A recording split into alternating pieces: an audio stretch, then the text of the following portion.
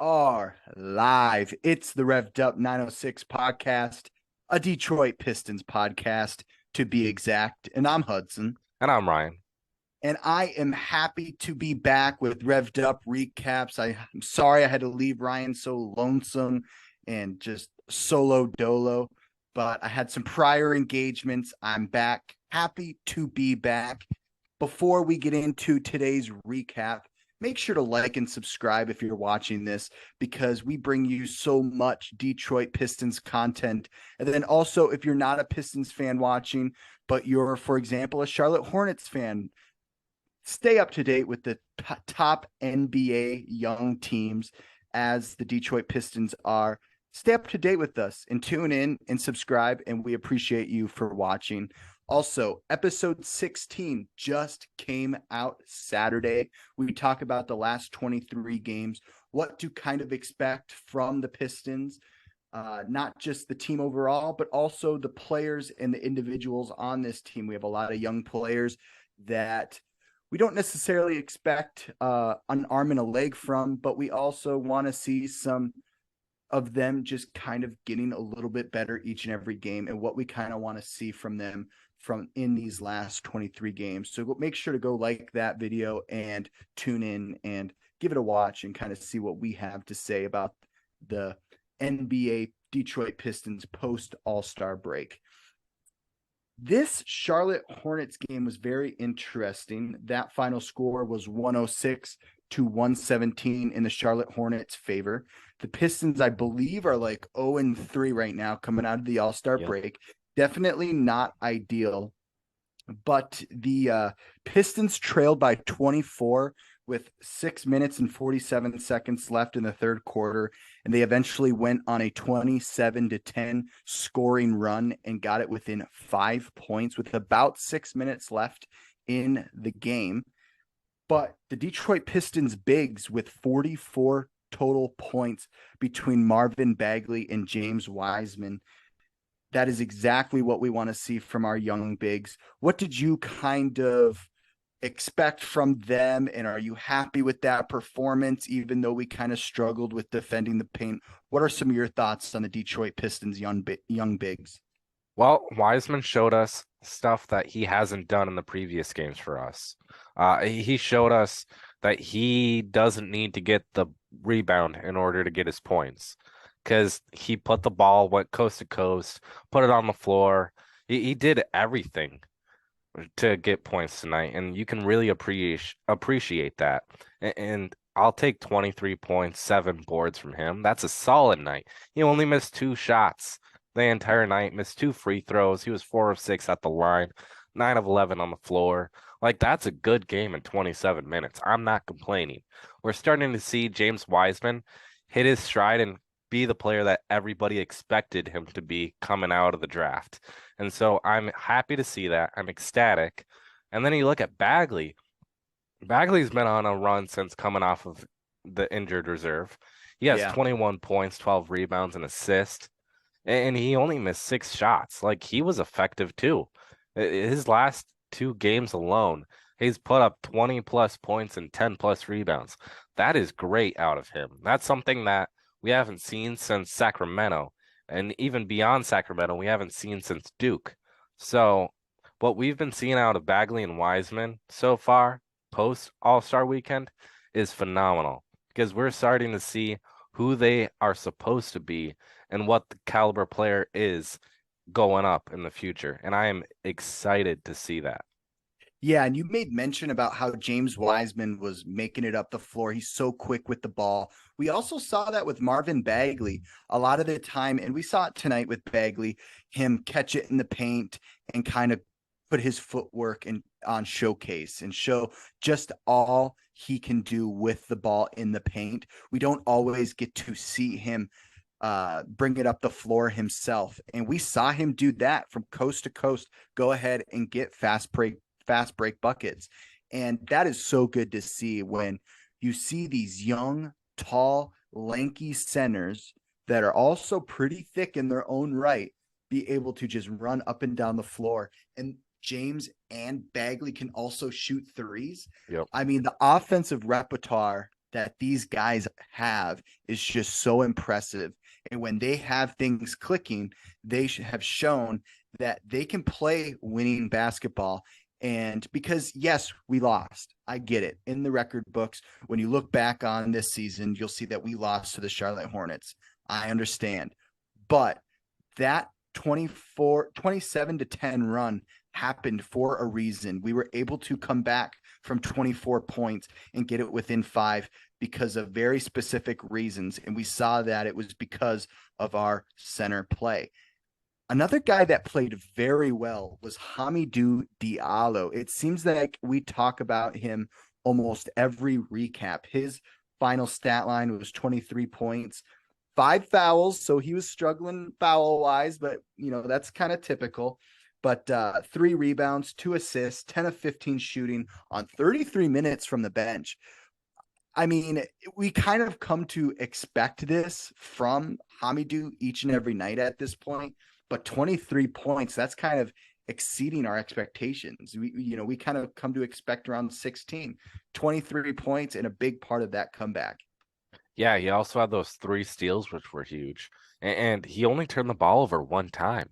Like, for a guy that is typically all over the place, but it ends up working out for him most of the time.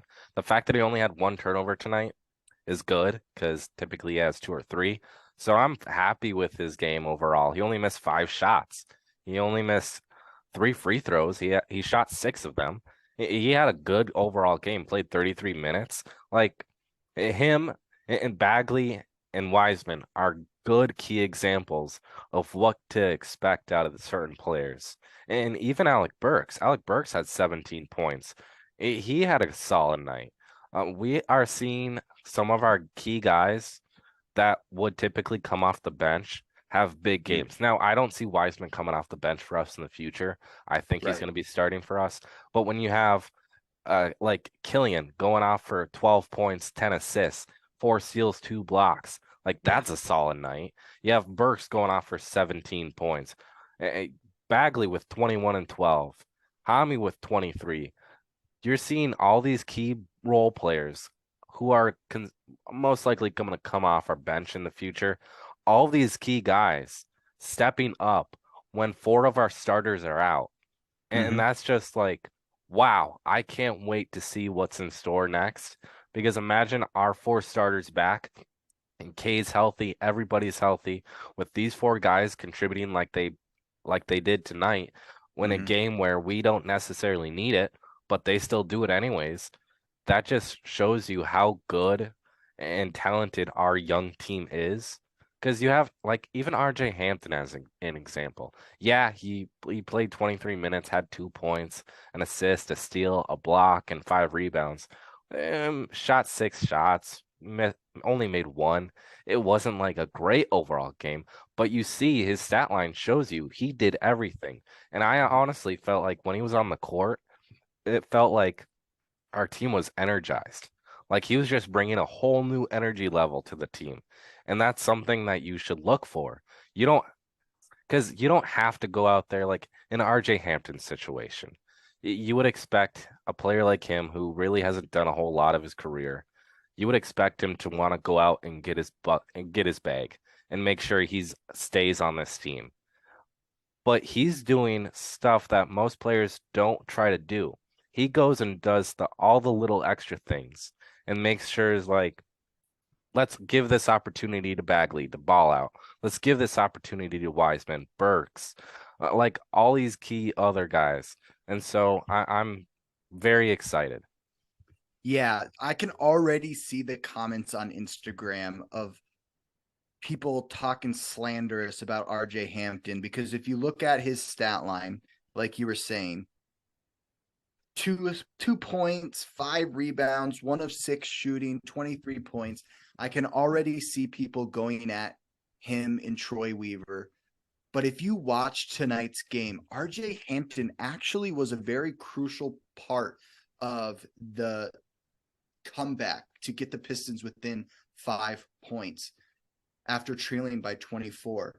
Him and Hamidou Diallo give a real big spark off the bench. Big effort guys. And it's kind of funny because RJ Hampton, when he was in high school, was kind of known as like an offensive, just overall juggernaut. Yep. But he's kind of proven, and even when he played against us on the Orlando Magic, he was always an energy guy that made the right pass.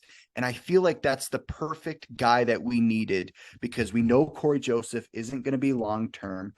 Alec Burks is now going to be long term, and I think he plays very well again with Alec Burks and Hamidou Diallo. Do you kind of see him finding his role with against in a matchup like this against the Hornets? Yeah, honestly, I see him and Killian pairing perfectly together. Mm-hmm. Like these guys will work in sync, like collectively as like a honestly, they will go out there and terrorize teams. That's what I see happening because uh, RJ Hampton has a very high basketball IQ. Killian Hayes has a very high basketball IQ. Like both of them are almost identical in play style, honestly. And so when you have two of these young guys that can work so well off each other and impact the game in different ways, like Killian will go out there, have his flashy passes, but he's going to slow down the offense, make sure we're getting good looks. RJ Hampton is going to flip the switch and bring the energy and energize our team when it needs it. So you have one of those two guys going out there with Cade.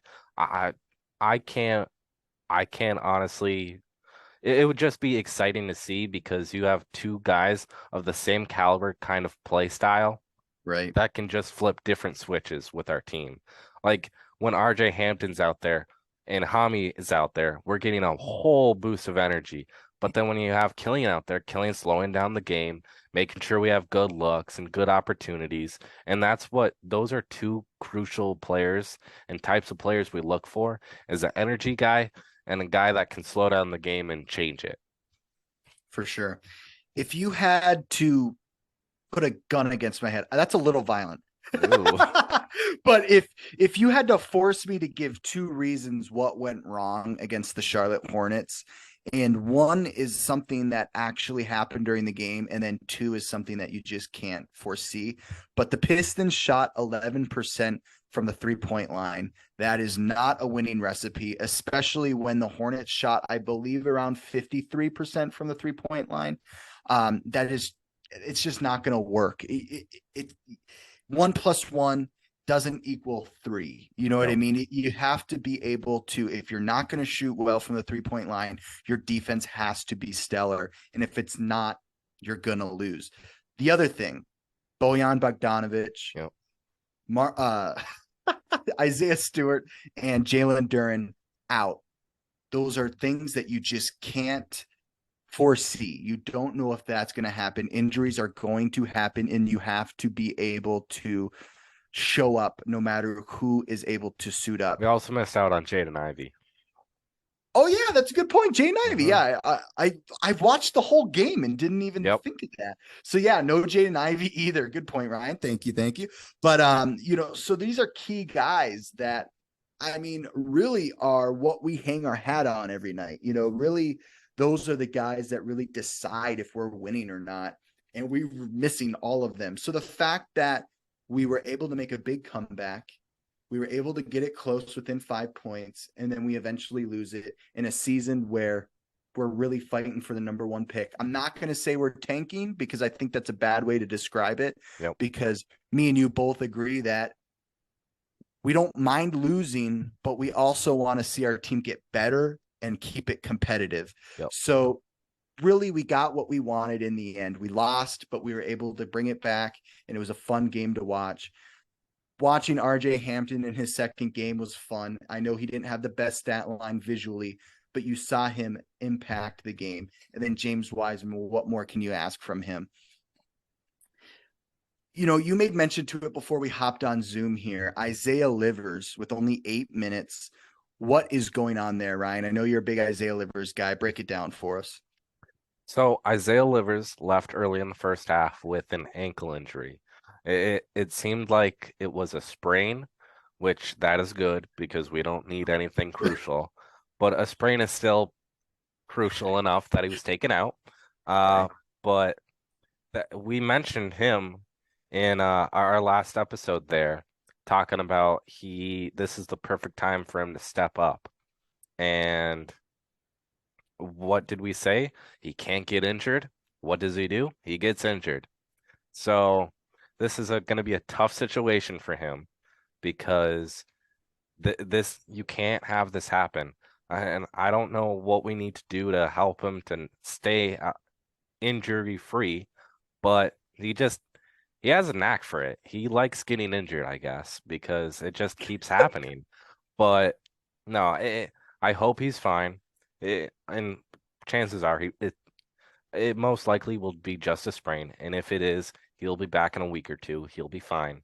But it's still something to be worrisome about in the sense that he gets injured almost on a daily basis. And it's kind of like, well, do I really pay a guy $5 million to just ride the bench and get injured all the time when I give him opportunities? Because that's what is going to happen with Weaver is like, what do I do here?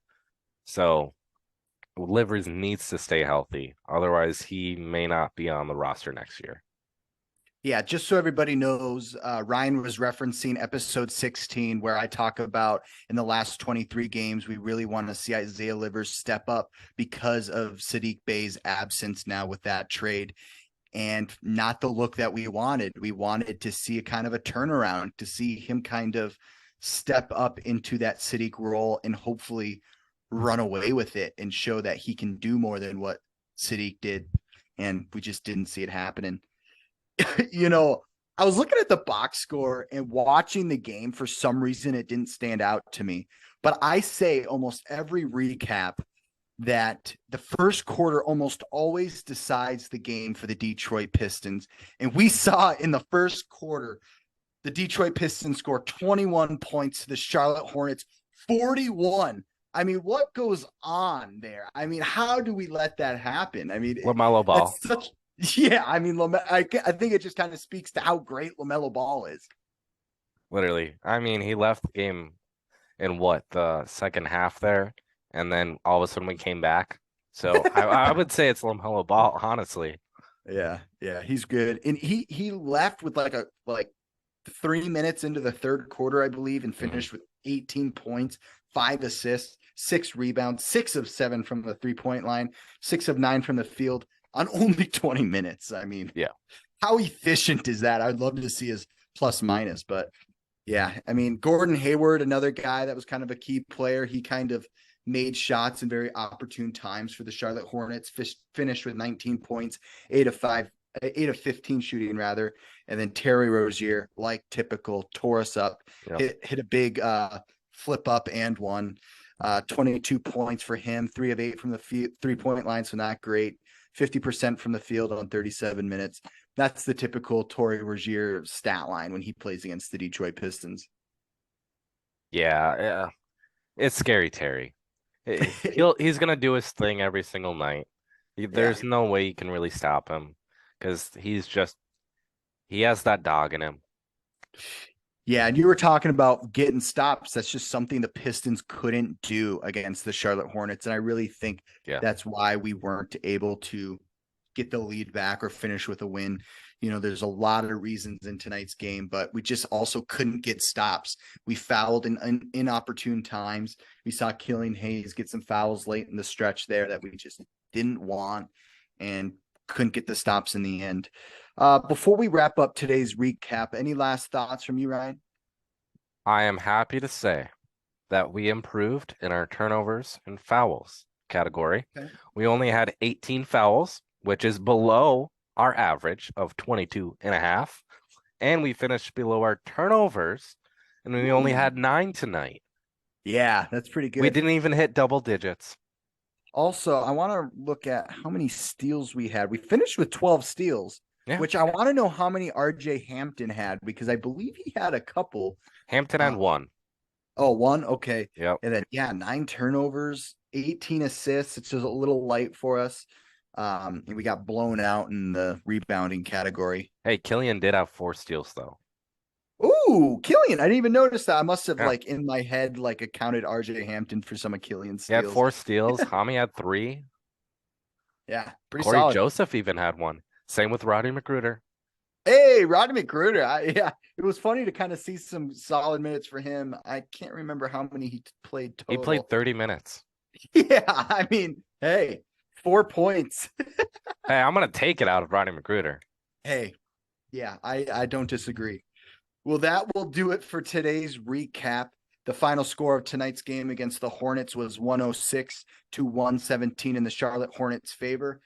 Guys, by the way, we have merch. So go in the description below of this video or in our YouTube bio because we have officially collabed with Grind Clothing Co. Go buy yourself some. Yeah, there's Ryan repping his grind. But go buy some Revved Up merch because you got to upgrade your style. I see some of y'all on Instagram. I follow almost all of you on our Instagram. Upgrade the style, y'all. We want some upgrades because we have some fun new merch coming out this summer that we're going to be kind of, whipping up in the kitchen soon here. So we're looking forward to giving you all that. So we will see you guys in the next Revved Up recap. Peace.